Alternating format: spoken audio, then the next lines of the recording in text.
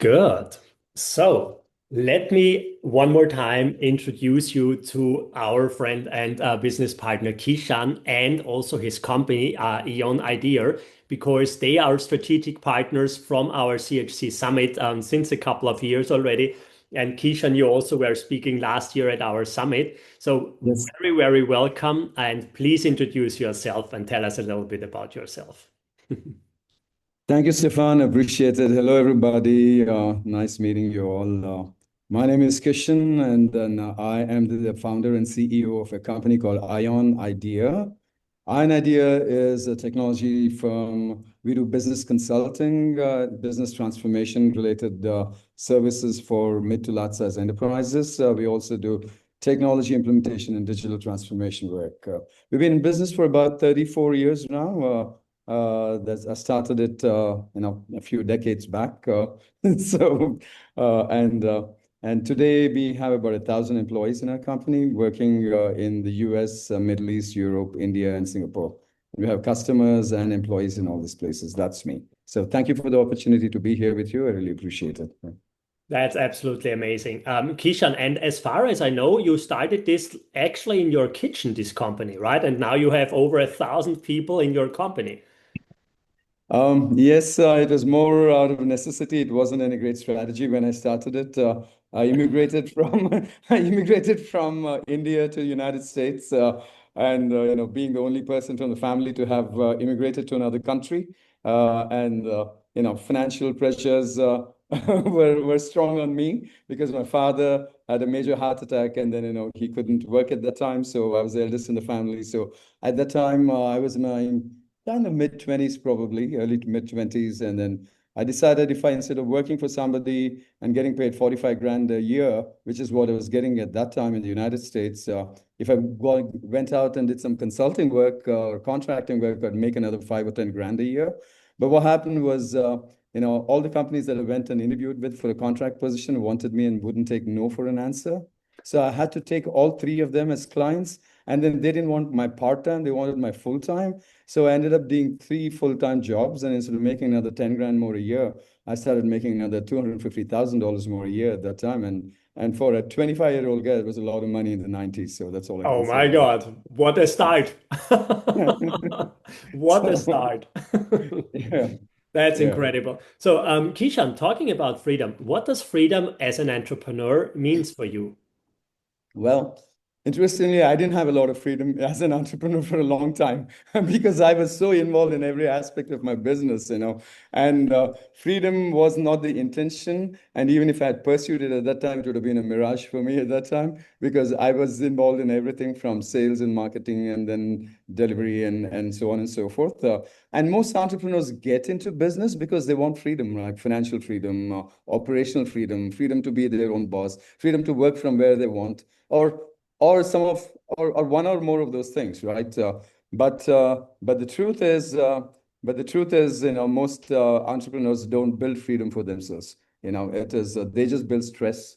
They build dependency and Oh, yeah, complexity in their lives. That's what happens, and I think that's what you experience in your first 20 years yeah, that you're talking about, right? absolutely.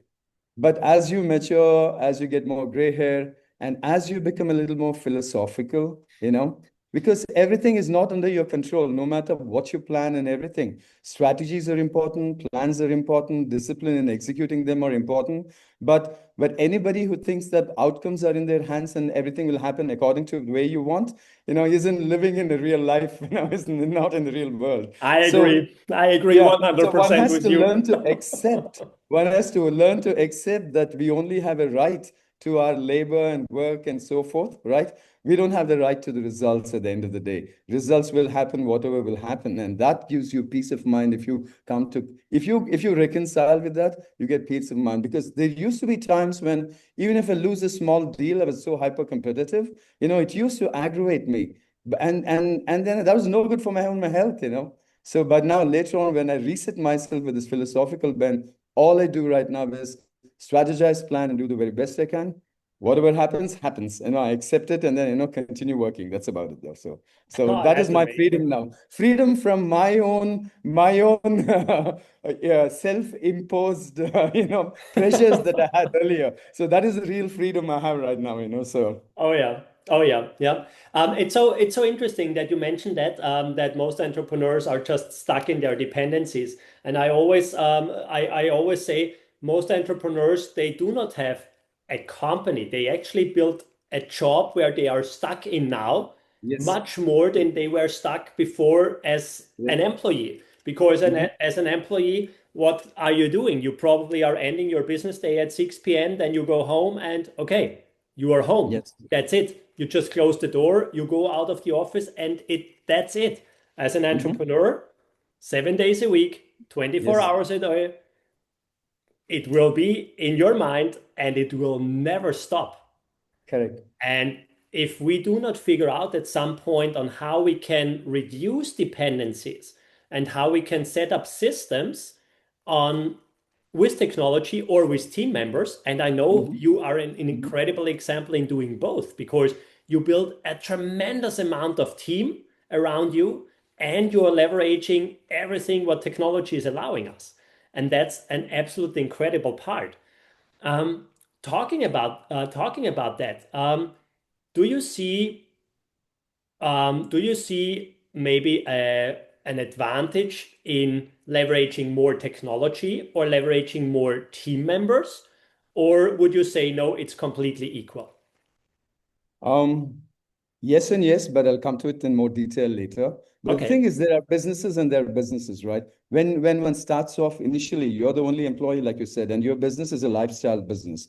If you don't scale it up beyond yourself, it is nothing but a lifestyle business, meaning that you're consulting, you're doing whatever, and it's like a job. And then your business does not have any equity value because who's coming and buying a business that is one employee, and if you step aside, there's nobody in there, right? Nobody can buy it. So that's not a real business. That's your billing vehicle at that time. But it becomes a real business only if you are able to take your vision, take your purpose, take your take your mission, and then motivate others to be part of that exercise, right? And motivate others to be part of the journey. And then together, if you can build something what each of you individually couldn't, right? Or the sum of the parts, the total sum is much greater than the sum of the parts. That's when you have real business at the end of the day, right? In this quest, employees are obviously very important, right? Yeah. I mean, today they say, you can have a business, a $1 billion business or $1 trillion business with just AI agents all around you. And I wonder who's going to buy all this stuff, if everybody's just having $1 million, $1 trillion business, with just AI agents there. Yeah. Are AI agents going to be your customers? Who's going to buy all this? So but who knows? I don't have a crystal ball to tell, right? But as far as my experience has been, employees are a critical part of your business, right? And Without them, there's really is no business. So, but the thing is, technology is very important Mm. because you can bring the best performance out of your employees, provided they're already truly engaged and motivated, right? If they're not engaged and motivated, no amount of technology, you can give them rockets and they won't go to space, right? Yeah. You know, yeah, but they have to be motivated. They want to be part of your vision and they want to grow. Then you can do that, though. So technology is important and the people are important. And today AI is very important. Yeah. So I, yeah. I, I totally agree. Yeah, I totally agree. So when you have a small business owner, thinking about a small business owner where most people are in their entrepreneurial journey who are joining us today, when they really want to start to remove themselves as the bottleneck of the company, is there a specific area in business where they should start to focus on? So is it sales? Is it marketing? Is it operations? Is it distribution? Or what are your thoughts around that? So the question is, what's the problem that you're solving, Mhm. right? What's the value that you're bringing to customers, right? And then why is it going to be you? That question must be answered first, right? And then once you have that in place, and then who's going to be delivering that particular product or solution? Is that you? Or do you have others better than you, right? So you got to think about that. If you really strike upon a proper problem and you have a good solution, you can scale. You can hire other people to deliver the solution. And if that's value proposition is strong, you can hire the salespeople to actually sell that. So, but the initial hard work of figuring out, what your business is and what it should be done by you, right? But once that is done, and if you have limited budgets, where do you invest that in to scale up, right? Now, do you invest that in hiring staff that you keep on the bench so that you can deliver the solution, or do you invest that in sales so that you can get more business? That's a balancing act that you want to do, and that's where you're an entrepreneur. You got to be smart, right? And then you can probably train somebody and then have them on the wings to come and do the work for you, right? And then maybe get some kind of part-time or some kind of partnerships that will get you the revenues. So it all depends upon how much budget you have, where you'll invest it, and so forth. Yeah, absolutely. Um, back to your story, because I think you did something incredible interesting when you really started your business. You suddenly had these three different gigs and you did a bunch of revenue your own. Um, was it luck, or were you trained in sales, or because a lot of, or have you had sales experience already before? And I brought up luck because I know there is no luck in doing something like that, but I brought it up Well, on purpose. Yeah. it certainly wasn't a grand strategy or a plan. I'm still very modest in terms of my business, right? So, initially, it was just my own capabilities, and then I guess my enthusiasm that got me in the door with the three companies, and they wanted me to come in and work with them. Mm. And as a consultant, you are not at all. I mean, it's not a business.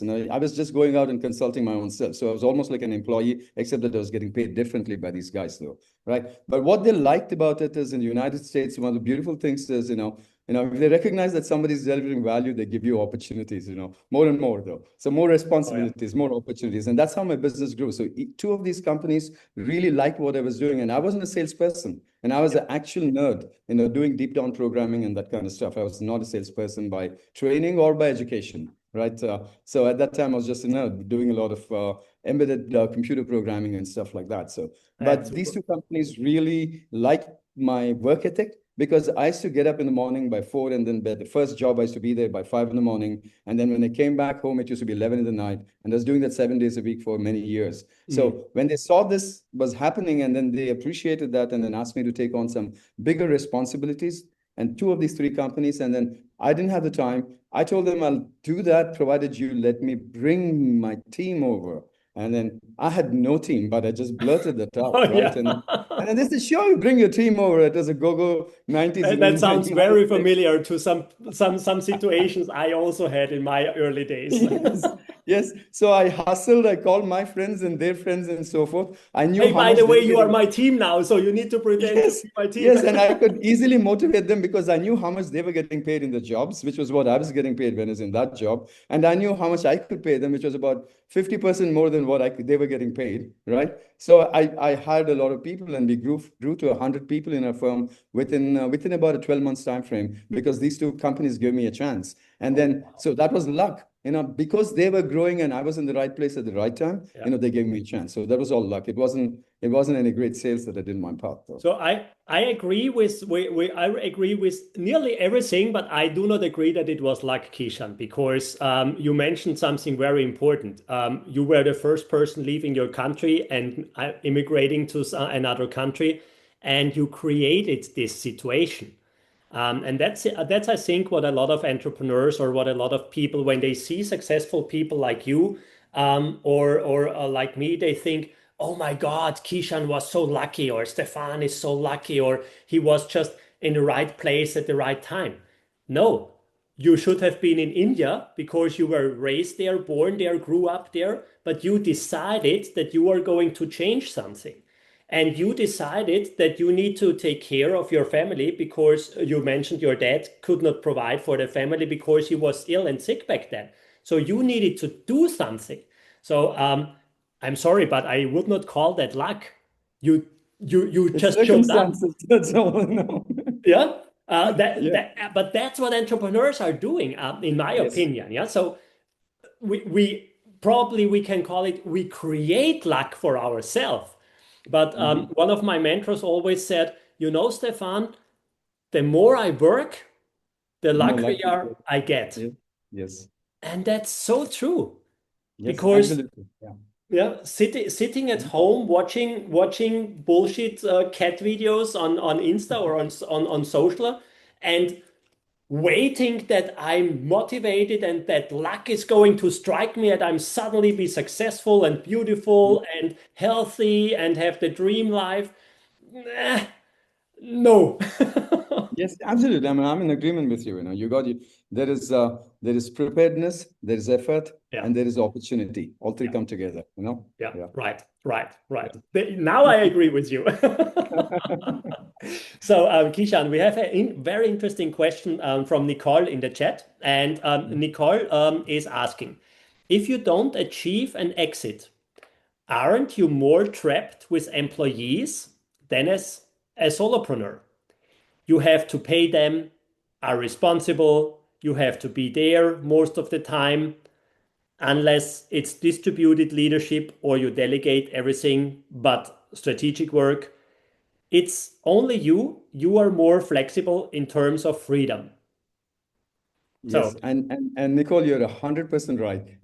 The more the bigger your organization gets, the more responsibilities you have to take on. Unless, like you rightly said, that you have distributed responsibilities, that you have distributed not just responsibility. It's easy to delegate responsibility, but it's not that easy to delegate authority also. Responsibility without authority, they can't do much with it. They'll come back to you every time. So authority also has to be delegated in addition to responsibility. In addition to that, resources have to be. You can't just tell them, you're responsible for this. You have the authority to do this, but you don't have any resources. I mean, you got to have budgets to do whatever needs to be done. So when all that is in place, and then when your employees are truly engaged, that's why I keep using that word, truly engaged. Which means that they truly understand your company's purpose. That's very important because there's a job and then there is the actual work that you do passionately.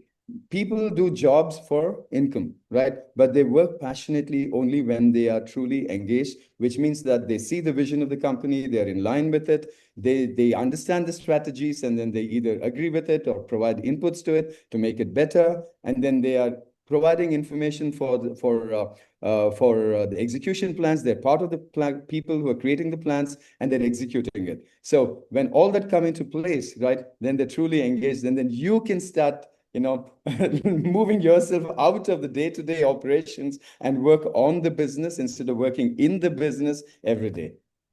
yeah, I like that a lot.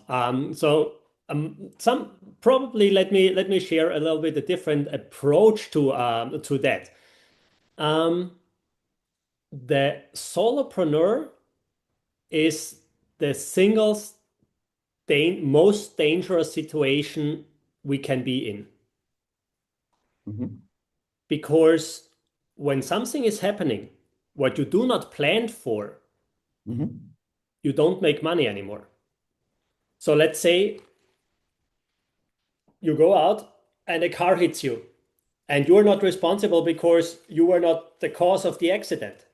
And then you Mhm. are suddenly out of business for 4 weeks or for even 6 months because you need to recover.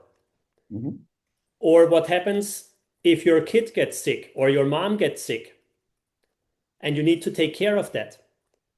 Or what happens if you get sick and you cannot do the work anymore? Or let's focus on the positive things.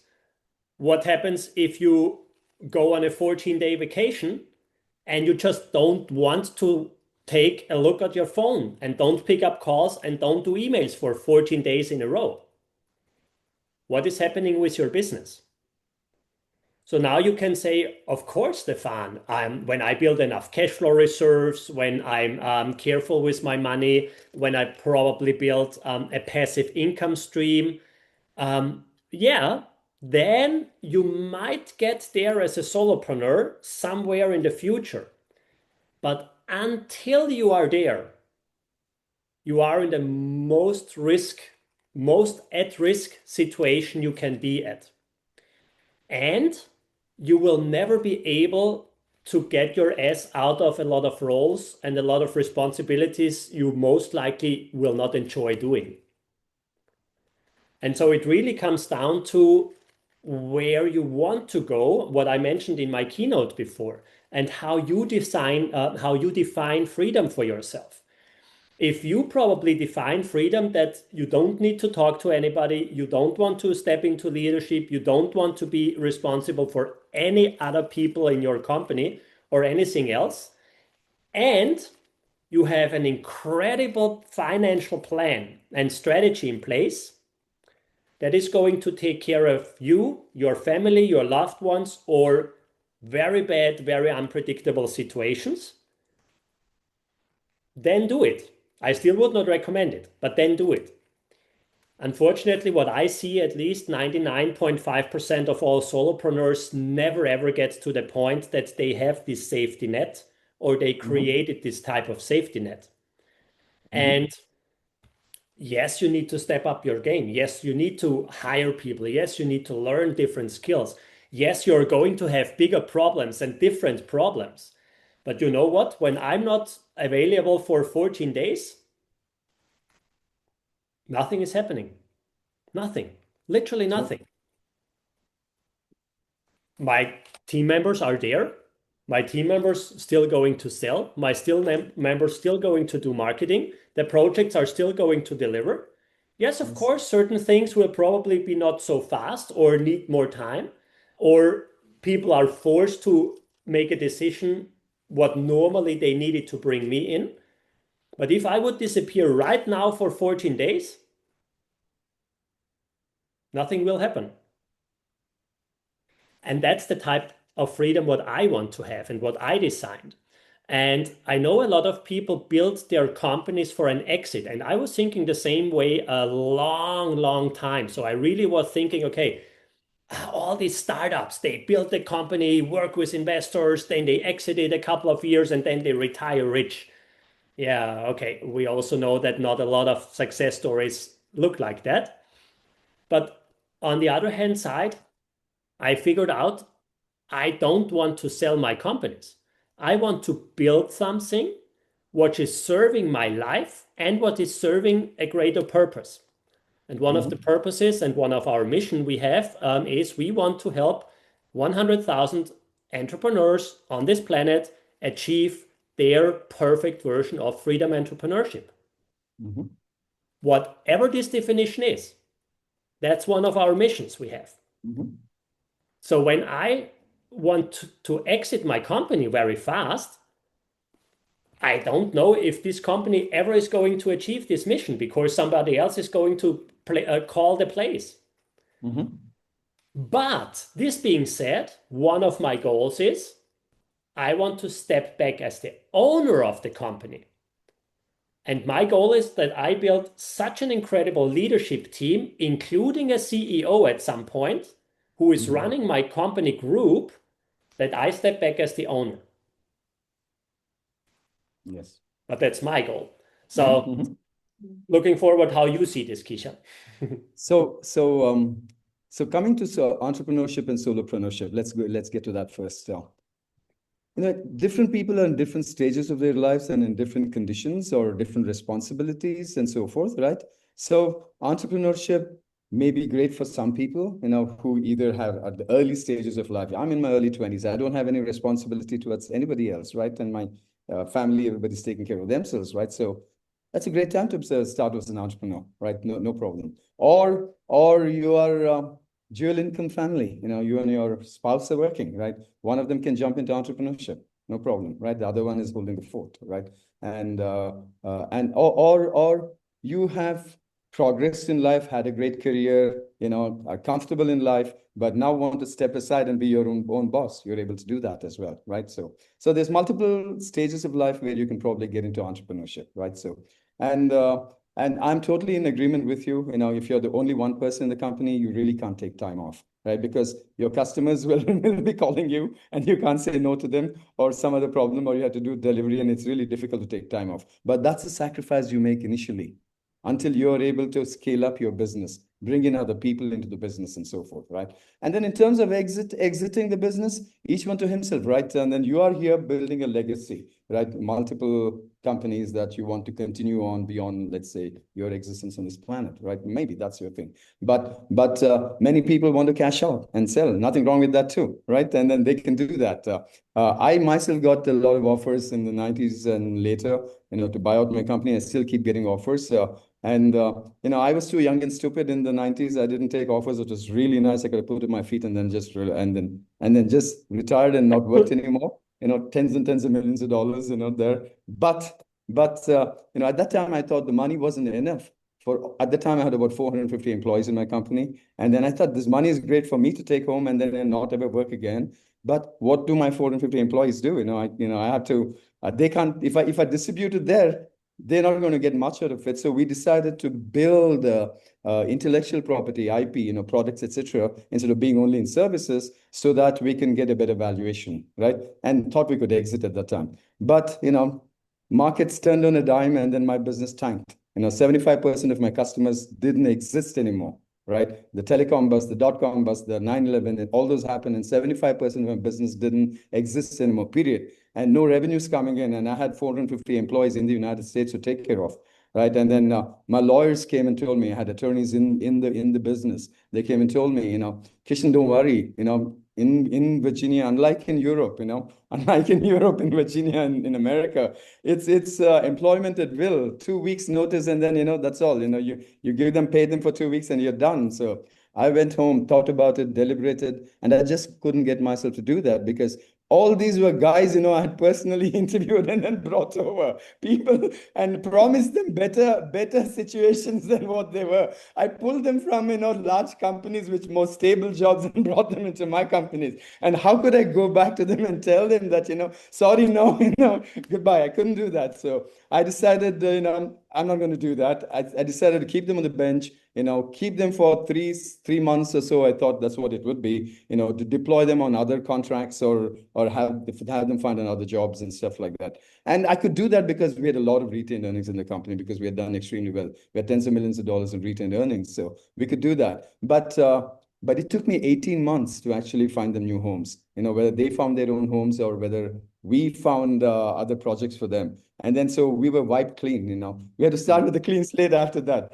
Could I have sold my company 2 years back and then walked away? I don't know. I don't regret it even today because, we've been brought up, each one is brought up with certain kinds of, what shall we call it, some kind of conscious, you got to do this is the right thing, and that's not the right thing kind of thing. So today also, I don't regret it because what happened was a lot of our customers saw what we did, right?